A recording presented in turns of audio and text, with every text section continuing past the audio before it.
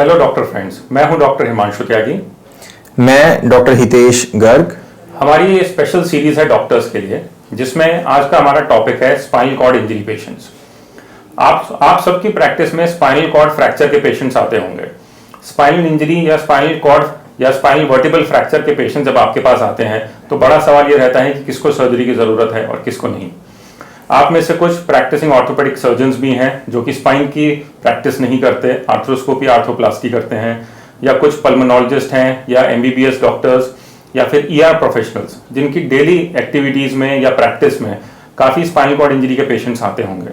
तो आज हम इस सीरीज़ में आपको बताएंगे कि वो कौन से पेशेंट्स हैं जिनको कि सर्जरी की ज़रूरत पड़ती है और वो कौन है जिनको कि बिना सर्जरी के कंजर्वेटिव मैनेजमेंट कर सकते हैं।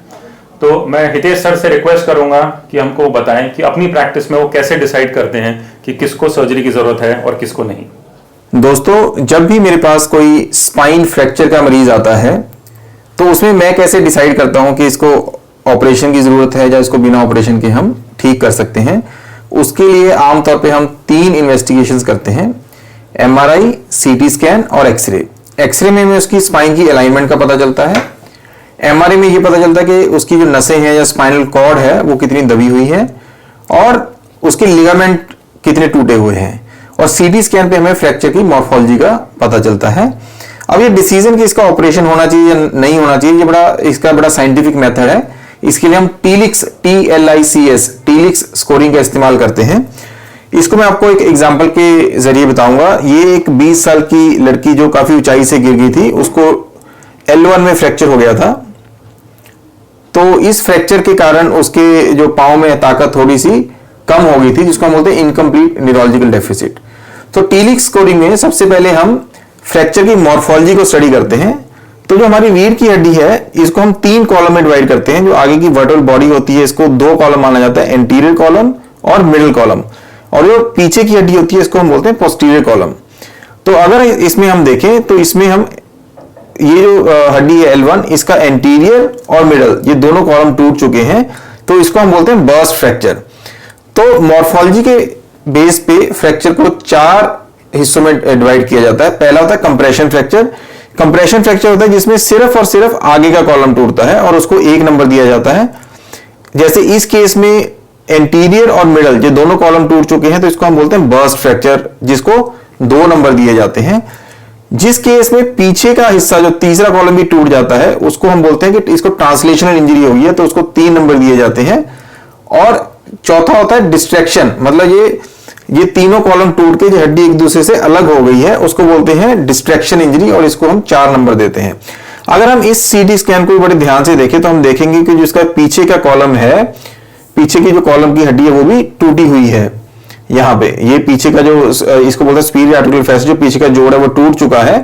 तो इसका मतलब ये इंजरी जो है ये 3 कॉलम इंजरी हो चुकी है, मतलब ये ट्रांसलेशनल इंजरी है। तो इसको हम फ्रैक्चर मॉर्फोलॉजी के हिसाब से इस पर्टिकुलर केस में इसको 3 नंबर दिए जाएंगे। इसके बाद हम इसका सीटी स्कैन का हम एक एक्सियल कट भी देखते हैं। उसमें हमें ये पता चलता है कि जो हड्डी जो टूटी हुई है ये अपनी जगह से कितनी हिल चुकी है। अगर हम यहां देखें तो ये टुकड़े हैं जो ये हिल के पीछे स्पाइनल कैनाल में आ रहे हैं और नसों को दबा रहे हैं, जिससे हम ऑपरेशन की टाइप को डिसाइड करते हैं। हमारा जो नेक्स्ट स्टेप होता है वो हम देखते हैं कि हमारी जो स्पाइन फ्रैक्चर में लिगामेंट्स टूटे हुए हैं या नहीं। उसके लिए हम एमआरआई की ओर ध्यान देते हैं। तो एमआरआई में अगर हम देखें तो इसमें भी हमें नजर आएगा कि जो L1 है उसके 2 कॉलम टूटे हुए हैं, एंटीरियर कॉलम और मिडिल कॉलम। और जो पीछे का हिस्सा था उसमें हमने सीटी स्कैन में देखा कि पीछे की हड्डी टूटी हुई है। कई केसेस में अगर पीछे की हड्डी नहीं टूटी होती है तो इसको हम बर्स्ट फ्रैक्चर बोलते हैं। बट कई बार क्या होता है, अगर आप देखें पीछे लिगामेंट्स होते हैं, जैसे ये स्पाइनस प्रोसेस के बीच में जिनको बोलते हैं इंटरस्पाइनस लिगामेंट, सुपरास्पाइनस लिगामेंट। तो अगर ये लिगामेंट्स के अंदर इंजरी हो जाती है तो उसको बोलते हैं कि ये PLC मतलब जो पोस्टीरियर लिगामेंटस कॉम्प्लेक्स है वो टूट चुका है, तो वो भी 3 कॉलम इंजरी में गिना जाता है। तो अगर तो ये PLC इंटैक्ट है, ये पीछे के लिगामेंट्स इंटैक्ट हैं, तो इसको 0 नंबर दिए जाते हैं। अगर हमें सस्पिशन है, हम श्योर नहीं है लेकिन हमें लग रहा है ये टूटे हो भी सकते हैं, नहीं भी हो सकते, तो उसको 2 नंबर दिए जाते हैं। और अगर ये लिगामेंट्स टूट चुके हैं, बड़ा क्लियर एमआरआई में हमें नजर आता है कि ये लिगामेंट्स टूट चुके हैं, तो उसको 3 नंबर दिए जाते हैं।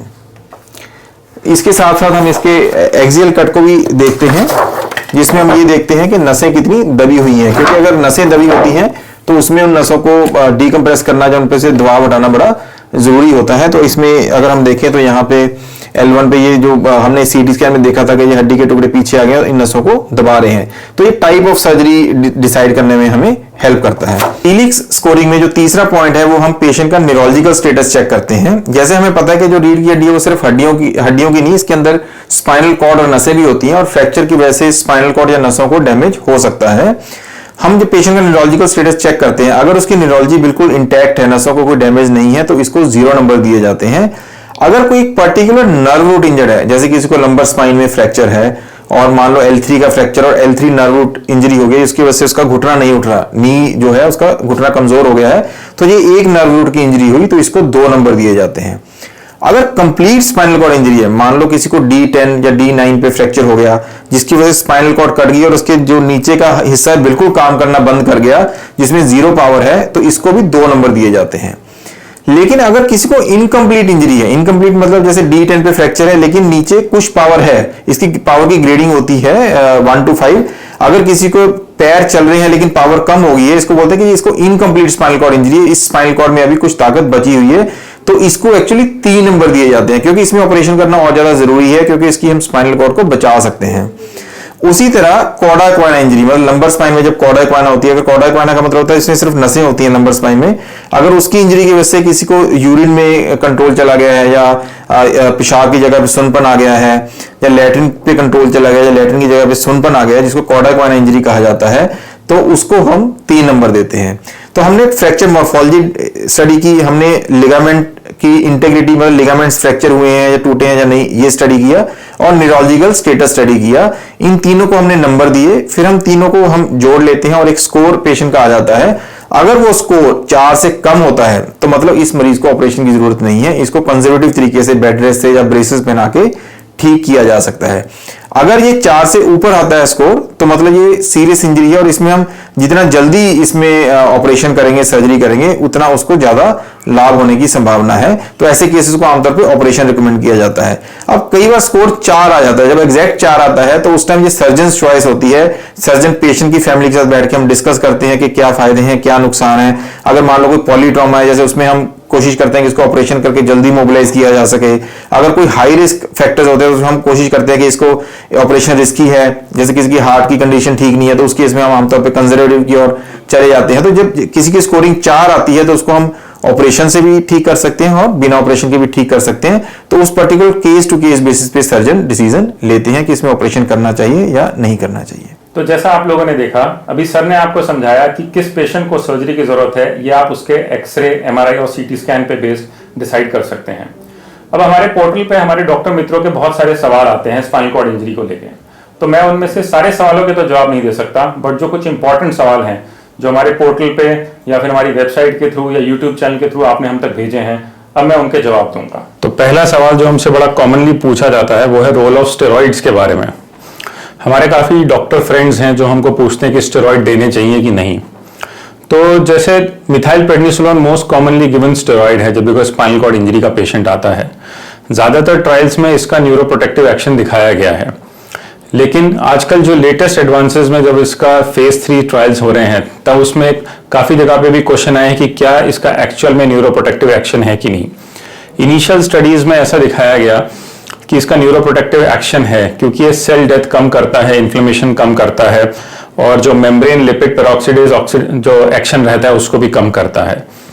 रीसेंट स्टडीज में ये बड़ा कंट्रोवर्शियल हो गया है कि स्टेरॉइड दे कि ना दे, लेकिन हमारे सेंटर पे हम normally spinal cord injury patients को स्टेरॉइड देते हैं ताकि जो एक्यूट फेज इन्फ्लेमेशन है वो थोड़ा कम हो। इसके साथ में काफ़ी हमारे डॉक्टर मित्र पूछते हैं कि नेलोक्सोन या मिनोसाइक्लिन का कोई इफेक्ट है कि नहीं। इनका भी अंडर ट्रायल ही है, बट इनिशियल रिजल्ट्स इनके भी एनकरेजिंग है। मिनोसाइक्लिन जो कि एक मॉडिफाइड टेट्रासाइक्लिन है, वो ऐसा देखा गया है कि वो भी जब स्पाइनल कॉर्ड इंजरी के पेशेंट्स में देते हैं तो सेल एपोप्टोसिस और इन्फ्लेमेशन को कम करता है। दूसरा जो हमारा बड़ा कॉमनली पूछा गया सवाल है वो है स्टेम सेल थेरेपी के बारे में। फेज 1 ट्रायल इसके भी काफी प्रॉमिसिंग थे, लेकिन फेज 2 और फेज 3 ट्रायल इसके कंट्रोवर्शियल रहे हैं, कुछ एथिक्स के भी रिलेटेड इसमें इश्यूज रहे हैं। स्टेम सेल थेरेपी के लिमिटेड सक्सेस एपिसोड्स या फिर स्टोरीज सुनने में आई हैं, हर केस में सक्सेसफुल भी नहीं है। इसमें जो अभी लेटेस्ट एडवांसेस रही है वो रही है इन विट्रियो एम्ब्रियोनिक ट्रांसफॉर्मेशन में, जिसमें कि हम स्पेसिफिक जो न्यूरल सेल लाइन है उसको रीजनरेट करने की कोशिश कर रहे हैं। तो जो इन vitreo embryonic transformation cell lines होती हैं, इनके रिजल्ट काफी प्रॉमिसिंग है। अनफॉर्चुनेटली अभी हर जगह अवेलेबल नहीं है, लेकिन फिर भी काफी जगहों पे जहां पे इनके सक्सेसफुल ट्रायल हो पाए हैं वहां की रिपोर्ट्स हैं। इंडिया में अभी ये कमर्शियल स्केल पे अवेलेबल नहीं है, बट अगर होपफुली फ्यूचर में अगर हम स्पेसिफिक सेल लाइन ग्रो कर पा रहे हैं और फिर उसको ट्रांसफर कर रहे हैं तो न्यूरल टिश्यू रीजनरेट होने के काफी चांसेस रहते हैं। अगला बड़ा कॉमनली पूछा गया सवाल है कि स्पाइनल कॉर्ड इंजरी एंकालोजिंग स्पॉन्डिलाइटिस के पेशेंट्स में, ये एक स्पेशल सिचुएशन है जिसमें कि नॉर्मली 3 कॉलम इंजरी होती है और हम टीलेक्स क्लासिफिकेशन को एज इट इज अप्लाई नहीं कर सकते। उस सिचुएशन में नॉर्मली हम ये देखते हैं कि क्या अगर थ्रू एंड थ्रू इंजरी है, 3 कॉलम इंजरी है या ट्रांसलेशन इंजरी है या फिर एंडरसन लीजन बन गया है, तो उस सिचुएशन में सर्जरी जो है वो काफी इंपॉर्टेंट हो जाती है। इसमें हमें ज्यादातर केसेस में 360 डिग्री फ्यूजन अटेम्प्ट करना पड़ता है, मतलब anterior surgery as well as posterior surgery दोनों ही करनी पड़ती है ताकि हम स्पाइन को स्टेबलाइज कर पाएं। इसमें पेशेंट्स का खास तौर से ध्यान रखना पड़ता है, क्योंकि अगर कोई अनस्टेबल इंजरी है तो विद टाइम उसमें ट्रांसलेशन हो जाता है और पेशेंट को लेट ऑनसेट पैराप्लेजिया होने के भी चांसेस रहते हैं। अगला सवाल जो बड़ी कॉमनली पूछा जाता है वो है एक्सोस्केलेटन्स के बारे में, जिनको कि हम रोबोटिक लेग या रोबोटिक एक्सोस्केलेटन या पावर असिस्टेड लोकोमोशन भी कहते हैं। ये इंडिया में अभी कमर्शियल स्केल पे अवेलेबल नहीं है। हमारे कुछ पेशेंट्स हैं जिन्होंने जर्मनी जाके या यूएस जाके इनका लगवाया है। पहली चीज तो बहुत ज्यादा एक्सपेंसिव रहते हैं।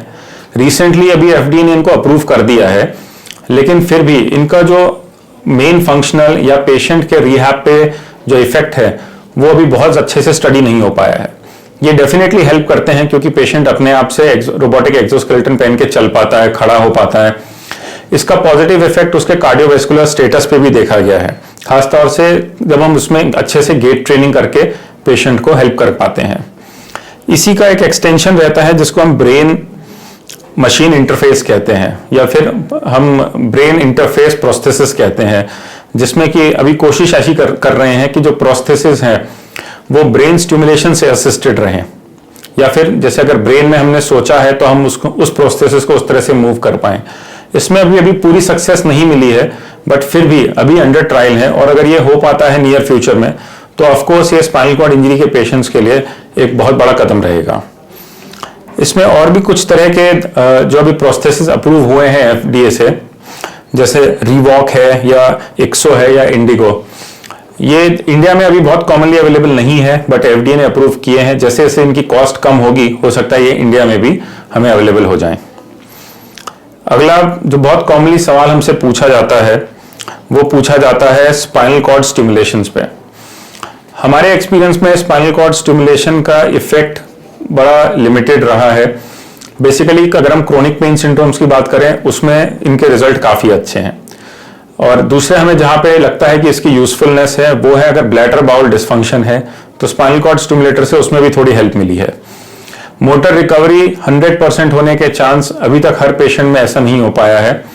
कुछ केसेस में मोटर रिकवरी पार्शियल हुई है बट वो वॉकेबल रहे, ये अभी इस पे हमारी कोशिशें चल रही हैं। वो काफी कुछ इस पे भी डिपेंड करता है कि किस तरह का स्टिमुलेटर है, किस टेक्निक से इम्प्लांट किया गया है। लेकिन ब्लैडर रिलेटेड इश्यूज में, बाउल रिलेटेड इश्यूज में और क्रोनिक पेन्स में इसका डेफिनेटली यूज है। अब ये भी बहुत तरह के होते हैं, कुछ होते हैं एपिड्यूरल या ट्रांसक्यूटेनियस जिनको हम कहते हैं, तो ये किस तरह से हम लगा रहे हैं, किस तरह से इसका प्लेसमेंट है उससे भी फर्क पड़ता है। इसी तरह से कुछ ब्रेन स्टिमुलेटर्स भी होते हैं, वो भी आजकल आ रहे हैं मार्केट में, और पेरिफेरल नर्व्स के स्टिमुलेटर भी आ रहे हैं जिनका कि अभी लिमिटेड यूज ही है बट इनका रिजल्ट या फिर इफेक्ट काफी अच्छा है। नॉर्मली जो और सवाल जो हमसे पूछे जाते हैं वो रहते हैं न्यूरो प्रोटेक्टिव या न्यूरो रीजनरेटिव पे। जब भी स्पाइनल कॉर्ड इंजरी होती है न्यूरो प्रोटेक्टिव या न्यूरो रीजनरेटिव मॉलिक्यूल्स पे काफी चर्चा होती है। अब इसमें न्यूरो रीजनरेटिव मॉलिक्यूल्स जैसे कि GCSF या GM1 गैंग्लियोसाइड, इन पे काफी चर्चा है कि क्या इनको 6 घंटे के अंदर देना चाहिए। पहली बात तो ये इतनी इजीली अवेलेबल भी नहीं है, जिन सेंटर्स पे अवेलेबल भी है वहां पे भी इनको हम 6 घंटे के अंदर ही देने की कोशिश करते हैं और बाद में 3 से 6 दिन तक इनको दिया जाता है। बट वहां पे भी हम न्यूरोप्रोटेक्टिव मॉलिक्यूल्स जैसे कि मिथाइल प्रोनिसोलोन इनको हम शुरू में देते ही हैं। तो न्यूरो रीजनरेटिव और न्यूरोप्रोटेक्टिव फार्माकोलॉजी के ऊपर डिबेट जो है वो काफी लंबी रवी रहेगी। इसमें इनिशियल रिजल्ट सेटिस्फैक्टरी भी है, एनकरेजिंग भी है, बट लॉन्ग टर्म इनका कितना इफेक्ट रहता है ये स्टडीज अभी आनी बाकी हैं। स्पाइनल कॉर्ड इंजरी से रिलेटेड अगर और भी कोई आपका सवाल है तो आप हमारे पोर्टल पे डाल सकते हैं। अगर हम किसी तरह से भी आपको इन सारी चीज़ों में हेल्प कर पाएं या आपके डाउट्स हैं या इन स्पाइनल कॉर्ड इंजरी के पेशेंट्स की अगर हम किसी भी तरह से हेल्प कर पाएं जल्दी से जल्दी ताकि वो वापस रिहैबिलिटेट हों, अपने काम पे वापस जाएं, तो we will definitely try to help you out in any way possible. Thank you.